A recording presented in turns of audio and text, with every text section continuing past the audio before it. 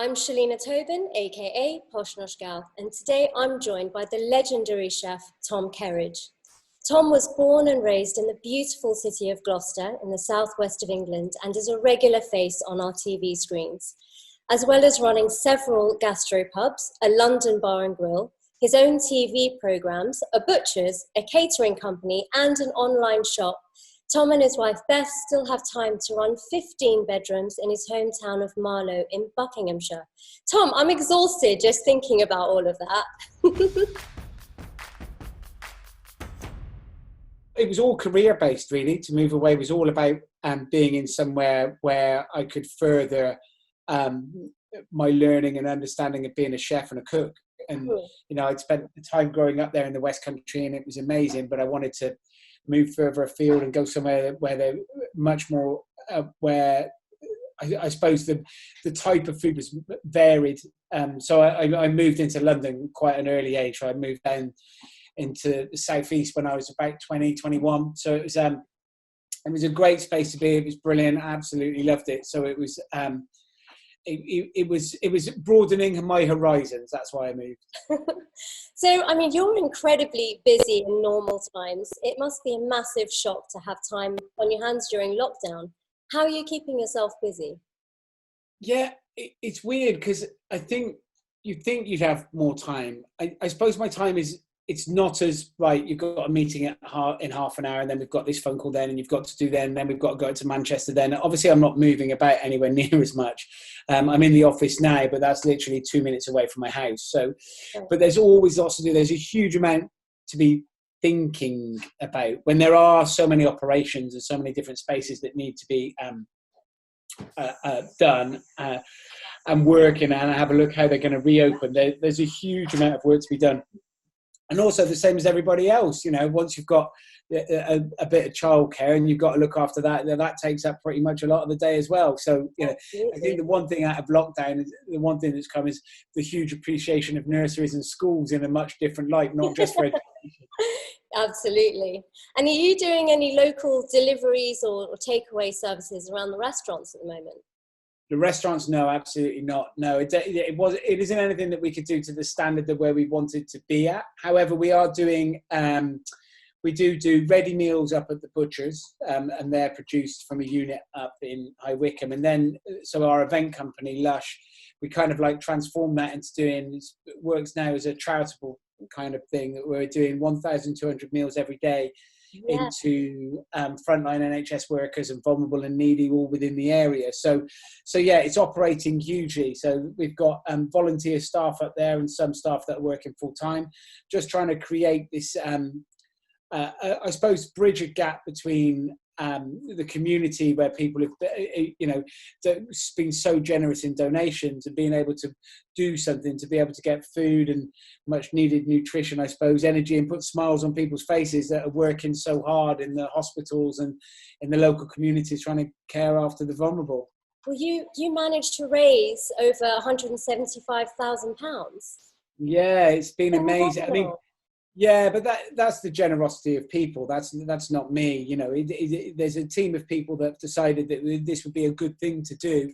And then, you know, I suppose the social media outreach that we have is quite large, and also just kind of like the email addresses and the people that are interested through the Pub in the Park and the festival business. Just a couple of phone calls and a few bits and bobs like that, and it really kind of snowball effect. It grew and grew and grew, and generated such, I suppose, positive energy and so many good feelings. There were so many great people that wanted. It allowed people to feel that they're doing something to help. You know, you had people wanting to.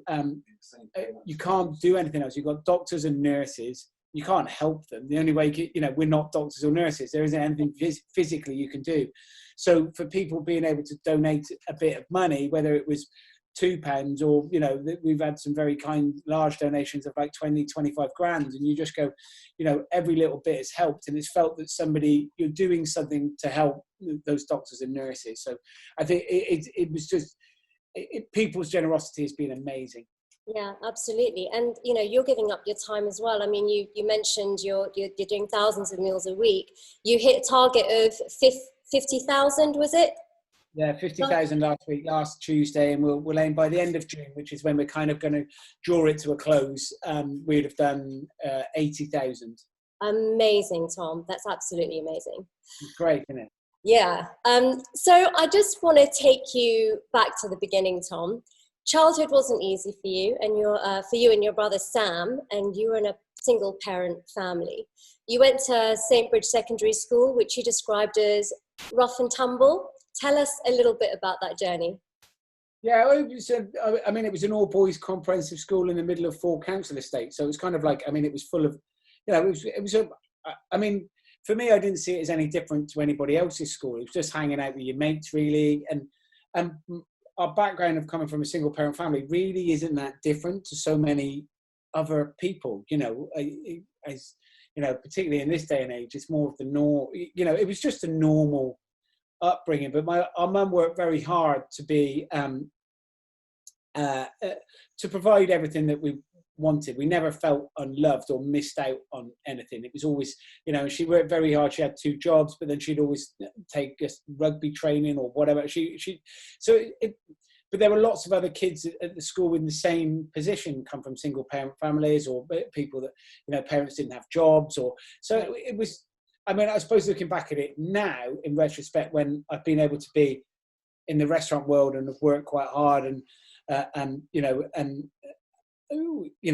done all right as a business and successful, that you surround yourself with people, then it does look like, okay. So listen, I suppose my upbringing was going to be it's a little bit harder than my son's is going to have at the minute, but you don't recognize at the time that it's hard. You just get on with it. You just get on with it. Yeah, well, speaking of getting on with it, you used to make Finder's crispy pancakes for your and fish fingers for your brother after school. Is that the origin of your cooking desire?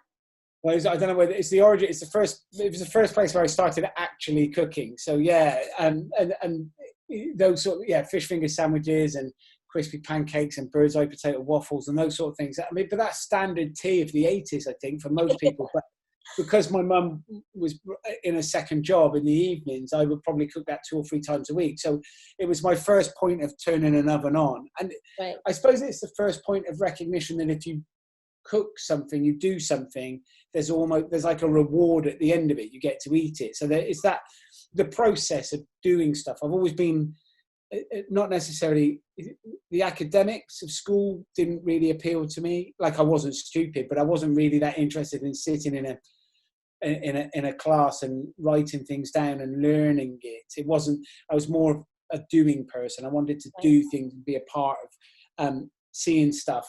So cooking, it was being very practical. It was practical. You made something, you turned something on, you created something. There was a little bit of danger there that something's hot, you might burn yourself, and then at the end of it, you get something. So it was kind of, it was quite cool as a 14-year-old. I suppose it was my first foray into cooking. And life actually took an interesting twist at the age of 18. You suddenly became an actor. How did that happen?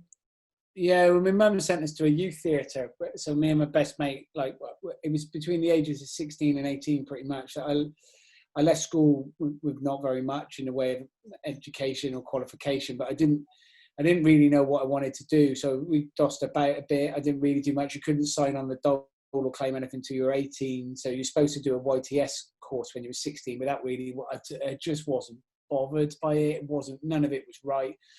I joined a youth theatre with my mum. She took us there because it kind of gave us something to do, and yeah, I loved it. It was really good fun. And then I ended up, an agent came to see somebody in a show, but then asked if I'd like to be on their books, and I said yes. And before you know it, I was filming different bits and bobs for the BBC and different things, and it was all quite good fun, because it was something to do, but it was never going to be the career. It was never going to be the career, but it was good fun. Okay, so where did you get your inspiration to go to catering college then? Well, I went into a kitchen when I was 18 and needed a job, so I went washing up, and just I fell in love with the space, the people, the place, the energy, everything about the hospitality industry is fantastic. It's creative, yes, but it's bigger than that.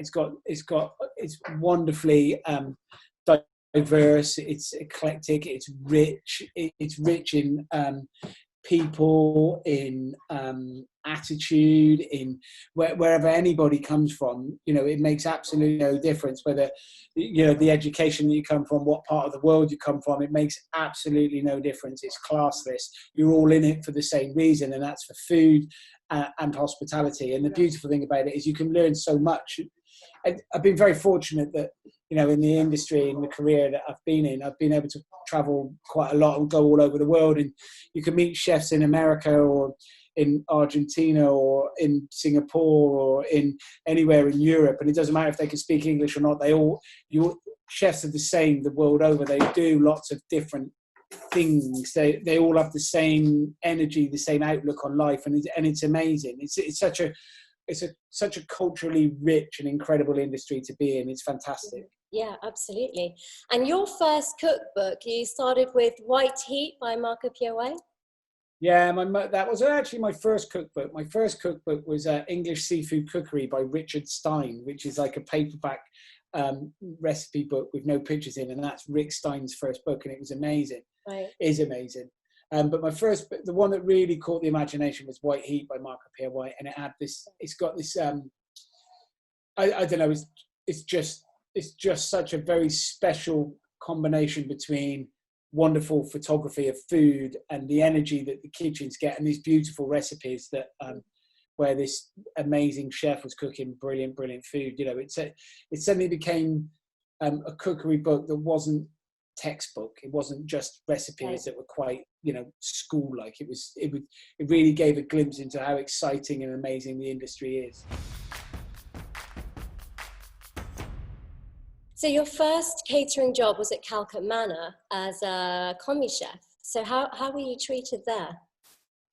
Yeah, I mean, it was great. I mean, it was that first energy. Kitchens are there's a fine line between the energy and the excitement of being in trouble. And by in trouble, I mean not being ready for lunch, or that you've got 2 services every day that you're working to deadlines that you have to be ready for, and a standard and a level that you have to be operating at to get to there. So that makes it very, very, it's an exciting and it's an adrenaline fueled industry, and you have to enjoy that. And those buzzes that you get, that nervousness, that anxiousness of not being quite right or not understanding or not knowing, that little small sense of fear, and fear of getting told off by the chef, or fear of doing something wrong, fear of not getting something right for the guest, fear of another check coming on in the middle of busy service, all of those sort of things. They're all there. If you can live with that level of fear, it makes it incredibly exciting. It's an adrenaline thing. It's like, I imagine people who jump out of planes with parachutes. It's the same, you know, there's got to be a bit of fear.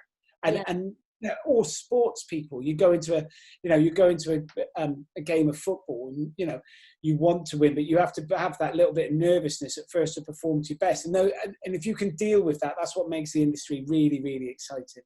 And did that influence the way you've worked with younger people in your own restaurants? Well, yeah, of course. I mean, you can never get away with the fact that you've got to be ready for lunch and dinner, and then there's a level of standard that I want and I expect myself to be at. So there's no reason why they shouldn't be performing at that level.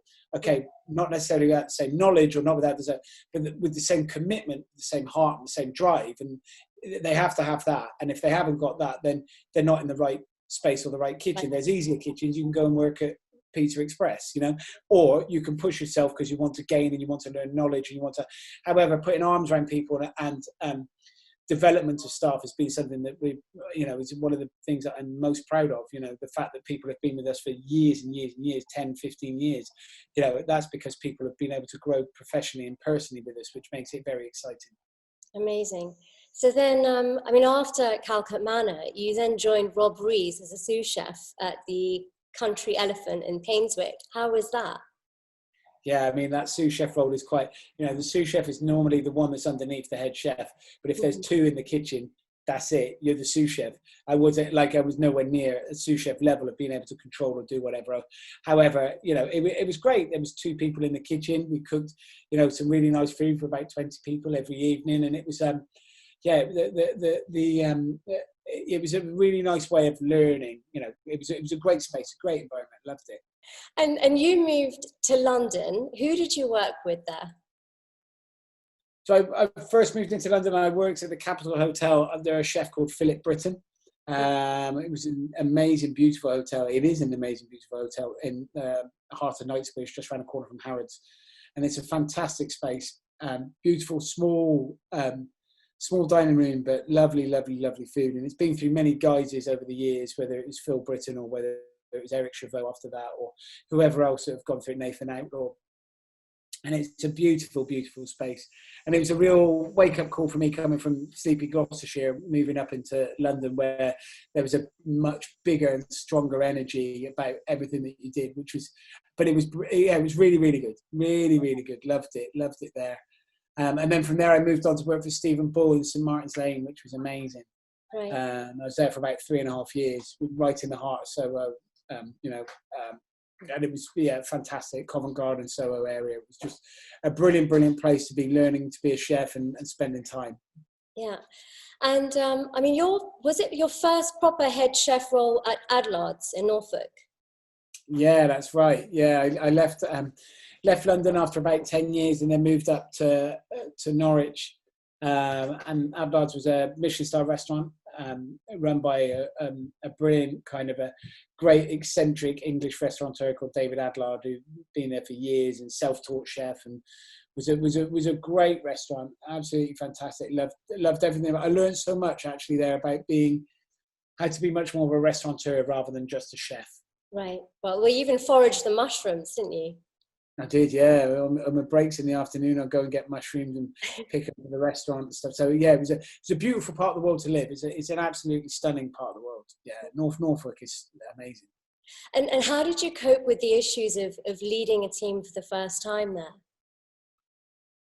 Well, the team was quite small. This team was smaller than kitchen team. So I'd spent years as a sous chef then in London, working for Gary Rhodes and working for Stephen Bull and working Monsieur Max, where the teams could be 15, 20 chefs. So as a sous chef, you're leading them anyway. So then moving into being a head chef, but with a smaller brigade of like 5 or 6, it's quite an easy transition, to be fair.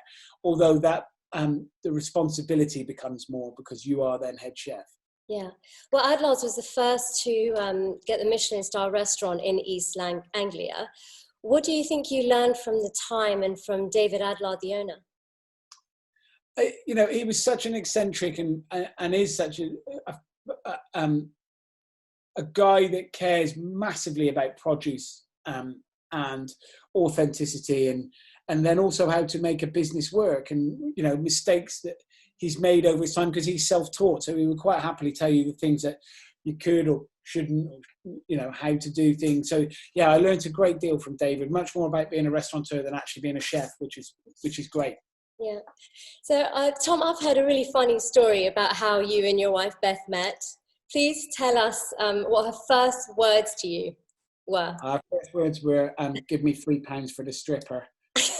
Please explain that one.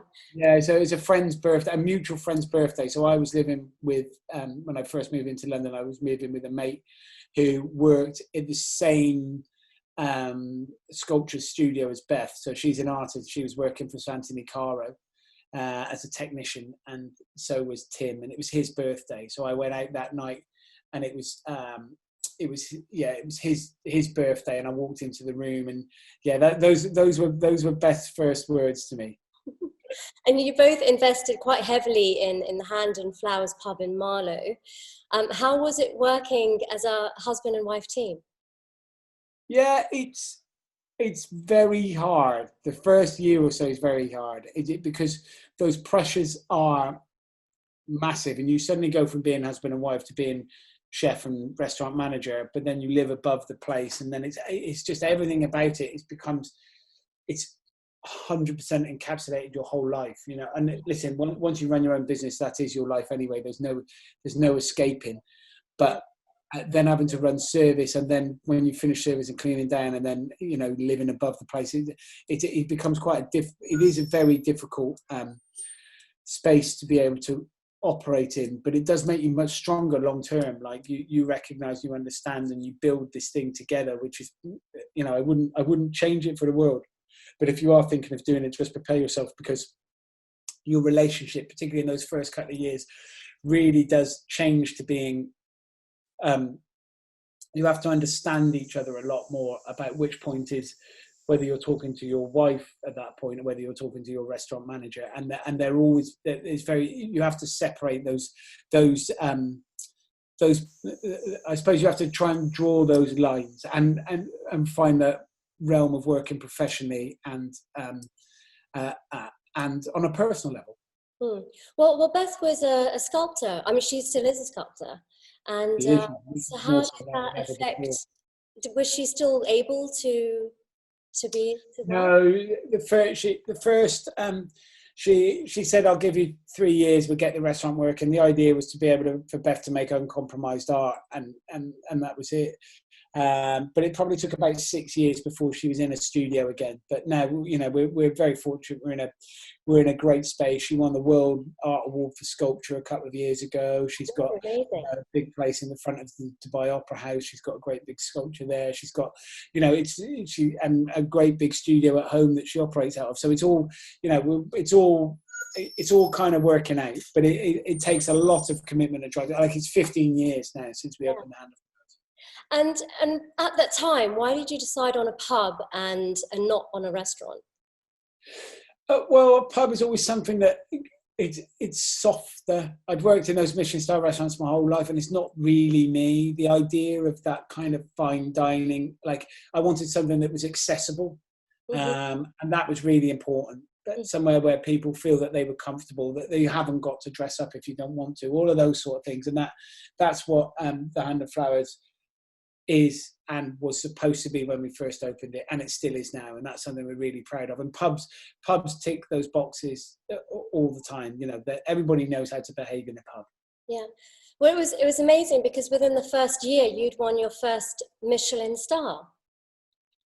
I had, yeah, which was great. You know, we opened in within 10 months. We opened on March the 5th, and on the January the following year, the guide came out. So January 2006, we'd achieved a star, which was amazing. Yeah, something that we never expected. You know, particularly in the first year, we wanted to cook to a standard, but to have achieved it so quickly was you know, we were very proud of. Yeah, and that wasn't it though, because in 2012 it became the first pub to receive 2 Michelin stars. That must have been the proudest moment. Yeah, I mean, to be fair, it is the most amazing. It is the most amazing achievement, but more so for the people everybody that was involved in it, for the staff, for the growth. There's people by that point, 2012, that have been with us on a journey for such a long time, and have been driving the business forward and are almost taken ownership of it, you know, themselves. They work very hard, and everybody, as a collective, it's fantastic. It's not me. It's driven by an owner, of course, and a chef, and with a vision. But you know, that can only be shown in its best possible light if the staff are with it 100%. But you know, which is that, you know, they drive it every single day, and that's what makes it a very, very special place and a really special achievement by the guys that have done it. And every year when the guidebook comes out, it's the same. They've earned it. They've achieved it again. Everybody's hitting that standard, and everybody should be very, very proud of that. So you once said that cooking is like playing football. At 40 years old, you should stop playing and start managing. And you were just turning 40. Did you think that was the time to move from chef to restaurateur? I think you begin to take a little bit more of a helicopter view. You can move away from it a little bit. It's not always, you don't get anywhere by being the person that's cooking the meat all the time. You know, you may well guarantee that piece of meat is amazing every single time because you cook it. But what about everything else? What about the full guest experience? What about when they make their booking or come through the door? You know, there's much more to it now than just cooking. Cooking is a great job for chefs to be doing, and yes, overseeing and ensuring that those standards are always hit. That's the most important thing. Yeah. But the package, that's the most important thing for the kitchen. But the package of becoming I think successful pub, restaurant, hotel, whatever hospitality kind of outlet you are, it comes from a vision and a greater understanding of everything that the guest goes through, the whole process of, I don't know, hanging your coats up to parking your car to people saying good night and goodbye. You know, all of those things are so important, not just the pork terrine that you had as a starter. Yeah. And your next move was another pub, the Coach, which also won a Michelin star, and then you bought the Butchers. Does that supply all your restaurants? No, the Butchers doesn't. No, the Butchers supplies a couple of places, but the Butchers is a retail version of a wholesale space. So we get some of our products from the same wholesalers that the Butcher then uses as retail space. But it doesn't supply. But it does. Some things are the same, yeah. But it's more of it's a retail outlet. But it's also was a wet-led pub when people were allowed to go out to them. So it shows the sport, and it does hot dogs and pies, and But you can also buy your butchery in there. So it's a multi-use, small little space, but it works really, really well. It works really well. And you have 15 bedrooms in 4 separate locations around Marlow. So where did that inspiration come about? I think it came about as growth part of the business, because the ham can't get any bigger, but the opportunity for people staying overnight and having a much more rounded experience with us was quite important for us. Right. And then also what it did do is it changes the mental attitude of service. So where front of house staff are looking after guests not for 2.5 hours when they come for lunch or dinner now, we're looking after them for 12, 14, 18 hours. So, and then that attitude to people then becoming almost house guests makes a big difference to the way that they work within the restaurant, because then it suddenly becomes everybody feels that they're part of a family of an overnight stay, and you can't just go that table to stay in the night, that table aren't. You treat them differently. You treat everybody the same, that they're with you for such a long time, and it softens service. It makes it much warmer, and that I love that. Yeah. Any more in the pipeline? No. But I think we're in a very precarious and very tricky situation right now, hospitality and restaurants in the way that it is looking. So no, most definitely not. No, just securing the ones that we've got, I think, is the priority. Yeah. So, I mean, you also have a catering business, unsurprisingly, you mentioned earlier on, called Lush. What sort of events do you cater for? Well, at the minute, nothing. I mean, we're doing the food for the NHS, and that's it. We were doing. We run a unit and do 5 or 6 very special match day things for Manchester United football club, and we do last year was the Monaco Grand Prix. We do that every year, so that was a huge thing that we were doing this year. We're doing 6 big super yachts out there in some of the terraces. And we were doing some in-flight stuff for British Airways. So obviously all of those 3 things aren't existing or aren't happening. So we're not doing anything regarding flights. We're doing nothing for Grand Prix, which is then doing nothing for the football because there's no fans. So at the minute, as a unit, it's kind of it's operating now solely on a charitable basis, working for providing those frontline meals for the NHS. And then after that, we'll see how it moves forward and how it grows. In 2018, you opened your first restaurant in London in the Corinthia. It's absolutely a stunning space. My husband were there just towards the end of last year. And so how did that opportunity come about? Well, that came through a conversation with Thomas Cox, who's the managing director of Corinthia Hotel. And he's an exceptional and an amazing operator, and from our point of view, we've been offered so many opportunities to do things or to move, but it was never right. They were always just commercially they were okay, but it wasn't. Those sort of things don't interest me really. There has to be heart and soul. It has to be right. And the moment I spoke to Thomas, it was amazing. Everything about the way that he behaved or spoke or what he wanted to do was fitted into the way that we operate, and the synergy between the two places worked really, really well. It's a beautiful dining room. So kind of like if the Hand and Flowers did a big London bistro, it's exactly what it would be. Yeah. And then from Thomas's point of view and the hotel's point of view, they're wonderful to work with, and they care deeply about guests and also staff, which is amazing, which creates a wonderful energy within that hotel, and that was very special. You definitely feel it. So is that the sculpture of the man? Is that by Beth? They are the two sculptures in the middle of the room. They're a couple of Beth's pieces. Fantastic! I love that sculpture of the man. It's just great. So how different is it working out of a hotel as opposed to a standalone restaurant?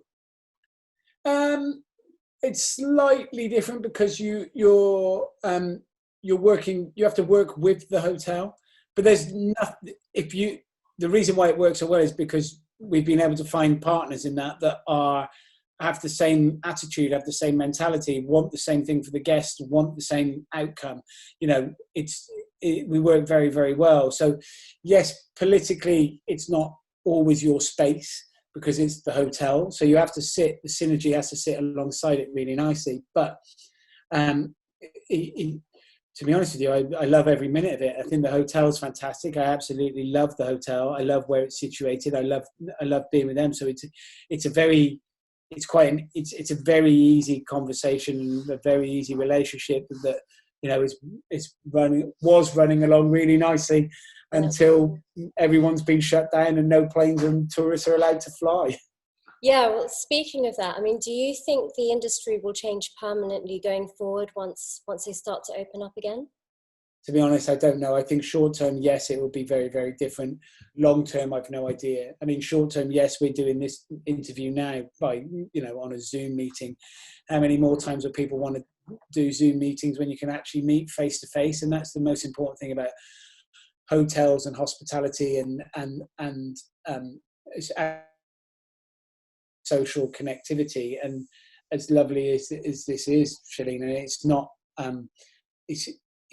it's not face to face. It's on a screen, and it would be a lot nicer to be sat in Kerridge's Bar and Grill having this conversation.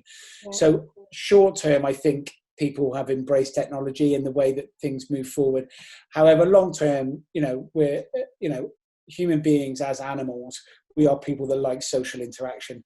So I'm fairly comfortable that long term social interaction will be back, 18 months, 2 years on a completely normal scale. The biggest fallout from the situation we're in at the minute, I think, is economic. And it's most likely that we're heading into a global recession, which is understandable. And it's just how you deal with it. So I think people will want to get back to shaking hands and hugging and saying hello to each other quicker than they'll necessarily be able to from an economic point of view. So, it's finding the balance between the two. But I think long term, it will all be fine. I think it's short term, how we get there is the difficult part. Yeah. And how are you thinking about managing the first phases of coming out of lockdown in terms of social distancing in the kitchens, for example? We have absolutely no idea. We've got lots of scenarios that we're working towards. Kitchens can't really work to social distance. It just doesn't work like that. Kitchens are designed to be chefs working stood next to each other. I think until we've got complete government guidelines and an idea of how you're supposed to operate, we can't work out how we're going to do it. So it's, you can work with scenarios, but until you can't. You're just making things up, aren't you? Yeah. Well, I've heard you generally don't cook much at home, but your lockdown dinners on Insta are a total hit. Will this carry on when life gets back to normal? No, that's it. We've done that. They were great to do, and they were good fun to do using ingredients that exist that people have got in their fridges or quite easy to get hold of that were, that worked out for, I suppose, a budget and economically wise, and using things up from the freezer. But no, long term, that's it. They're done. That's great. It was good fun to do, but yeah, they're done. Yeah, back to trying to get the restaurants working properly. Yeah, absolutely. And so you've got half a dozen cookbooks, and you've got a few based around losing weight, and you also did a TV series about the same. What was the inspiration that kicked off your weight loss journey? I was getting to an age, I was approaching 40 years old, and you recognise that you've got to do things to make a change. There are, there's things and bits and bobs that, your lifestyle, I recognise that my lifestyle I wasn't in a particularly healthy space, for lots of different reasons. So it was, from a health point of view, from a drink point of view, there were so many different things that were in my life that I needed to make a change. So I did. I stopped being a massive idiot, and now I'm just like a normal idiot. Well, the change is remarkable. Honestly, it's a massive, massive difference, and well done to you. So, are you using this time to write another book? No, not at the minute. No, we've got a few scenarios and a few ideas that are going on. We're filming another few bits and bobs. We're in the middle of filming a series at the minute for the BBC that was 3/4 of the way through when all of this happened. So that's kind of changed the dynamic and the narrative of the story. But that's fine because it means it's very up to date. And then we're filming something for Food Network in the next few weeks, which will be good fun. And then again, we're just in conversations with other different ideas of how we move forward, from a social and a media point of view. Of that side of I suppose my food life is slightly different. Yeah, absolutely. And you're a big rugby fan. I assume you support Gloucester. I do, yeah. Yeah. And you're also a Marlow FC season ticket holder. What will your first live match be when we get back to normal? Is it football or rugby? To be honest, it'll depend on the diary. That's what it'll be like. If we can, whichever one I can get to. Marlow will be the easiest one to get to because it's just around the corner from the house, so I could get there. Right. But yeah, I would love to get back to go and watch a game of rugby, but it won't be until next season now. So and then when people are allowed back in, who knows? Yeah. My husband met you at Twickenham for the Ireland match. How hard was it cooking for? Yeah, I think you got a picture with you as well. He was in hospitality. How hard was it cooking for hundreds of people? Actually, it's very hard in terms of the process and the understanding of how you get to. But then when it comes on the day, the guys that are at Twickenham, the way that they make it work, they do it week in, week out. They do it very professionally. They're doing amazing. So if you've structured your menu in a manner that means that it can be, it's accessible to the guest, but also it has some form of ease of service and a structure and an understanding of the way that service can get out in a controlled manner that hits a level and a standard that you want it to, that you're proud of, that that the guest who spent a lot of money on that rugby ticket it beats their expectations. That's what you want. And if you're an England fan and England win, then everyone loves the food. If they lose, then they'll always find something to moan about. Yeah, absolutely. And you also enjoy other sports. So I see you went skiing last year. Was that your first time? Yeah, it's first time skiing. Yeah, and I didn't break my leg, which was great. Well done. Did you go on any black runs?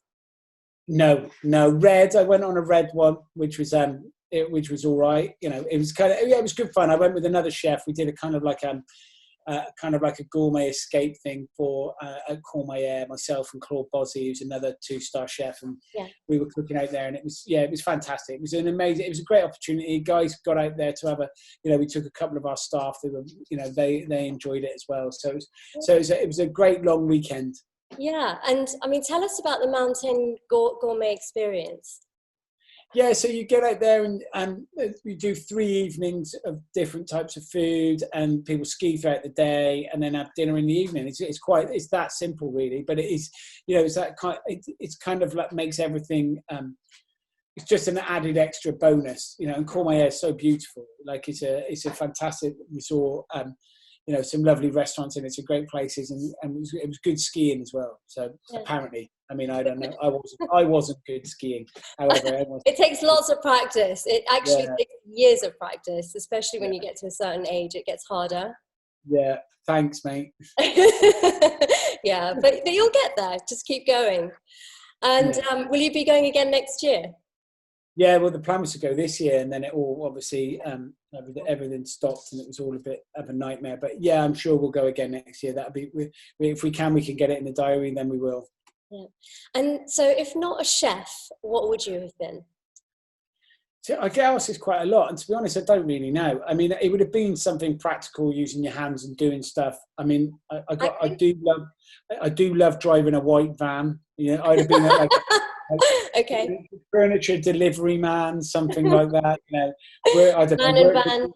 but I wouldn't be throwing the parcel over the hedge. I just do it really nicely. Brilliant. So, Tom, lastly, tell me something about yourself that I couldn't possibly know. Oh my God. What could you not know? Don't know. I mean, everyone assumes as chefs that you like all food, but I have to be honest, like, particularly being a big bloke from Gloucester who specialises really, I suppose, in cooking meat, I'm not a big fan of offal. I'm not a big fan of it. It's just not my thing. It's just I'd rather have prime ingredients cooked beautifully rather than offal. It's just not my thing. Yeah, I'm with you there. I'm absolutely with you on that one. Yeah. Well, Tom, thank you so much for your time today. Really appreciate it. It's a pleasure. Guys, if you want to follow Tom, he's on Instagram at Chef Tom Kerridge, and I'm at PoshNoshGal. Thanks, Tom. Thank you. See ya.